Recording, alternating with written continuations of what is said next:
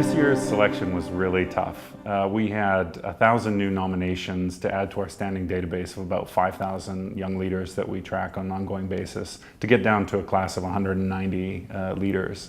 And it's quite a rigorous process that we go through to get there. We look at things like rapid career progression and delivering results, but then we also look at some of the softer things like evidence of altruistic entrepreneurship or doing more with less, overcoming adversity.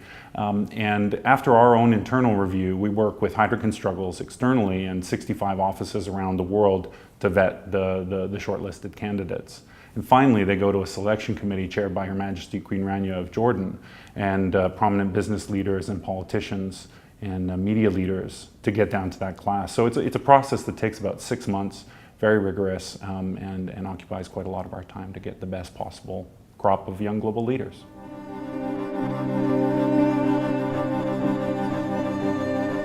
This year's class of young global leaders is probably the most diverse class we've ever seen. What's very heartening is the fact that we're getting closer to our target of gender parity, which we gave a commitment back in 2009. But it's also a class that comes from 65 different countries and from all stakeholders of society. We've got everything from a Japanese astronaut scientist to an executive from an electric car company in India to an environmental analyst for a Nordic bank.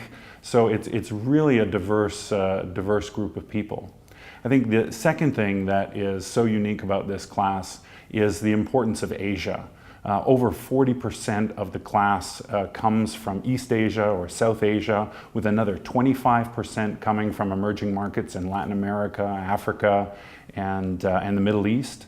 And so I think what you see is that the future of leadership, doesn't look like me. The future of leadership is more female, it's more Eastern, it's more Southern, and it's beyond business. And I think this class really reflects that and comes across.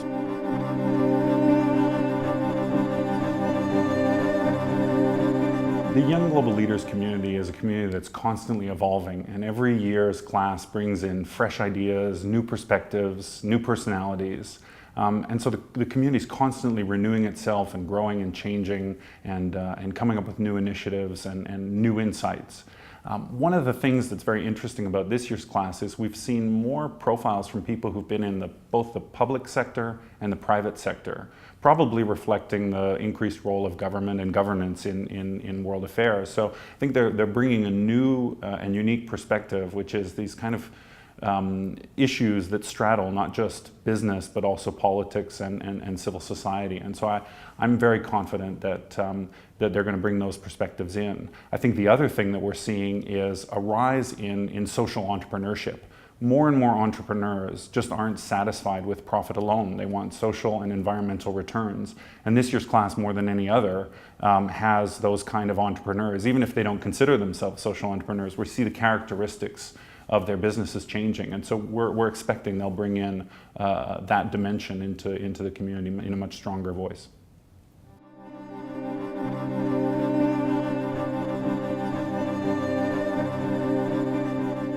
What we're doing in the Young Global Leaders community is really important.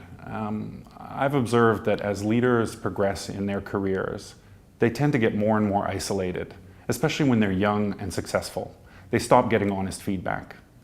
And Young Global Leaders have constantly commented on the fact that this community helps them stay real because they give each other tough but supportive feedback so they can become better leaders, not only in their professional lives, but also in their personal lives. They hold each other to a very, very high standard. And by giving them a community of peers, truly peers on a global basis, where they can interact with people far outside their usual comfort zone and their usual group of friends or peers, we really create a unique dynamic. And I think that is boding well for the future of society. One of the things that this community does, every time they get together, they're not satisfied to stay in the comfort of the Congress Center. They go out into the community, whether that's teaching, talking about dignity with young kids, or going into townships to work on health issues, or building houses and working with people out in the community. And so I think these are people who are open and engaged and involved in the world. They allow the world to touch them in a deep way. And in that way, I feel there's tremendous hope, because we have a group of young leaders that really is truly committed to improving the state of the world. And if we can make these leaders just 1% better in everything they do, we are going to change the world and shape a better future. I really believe that.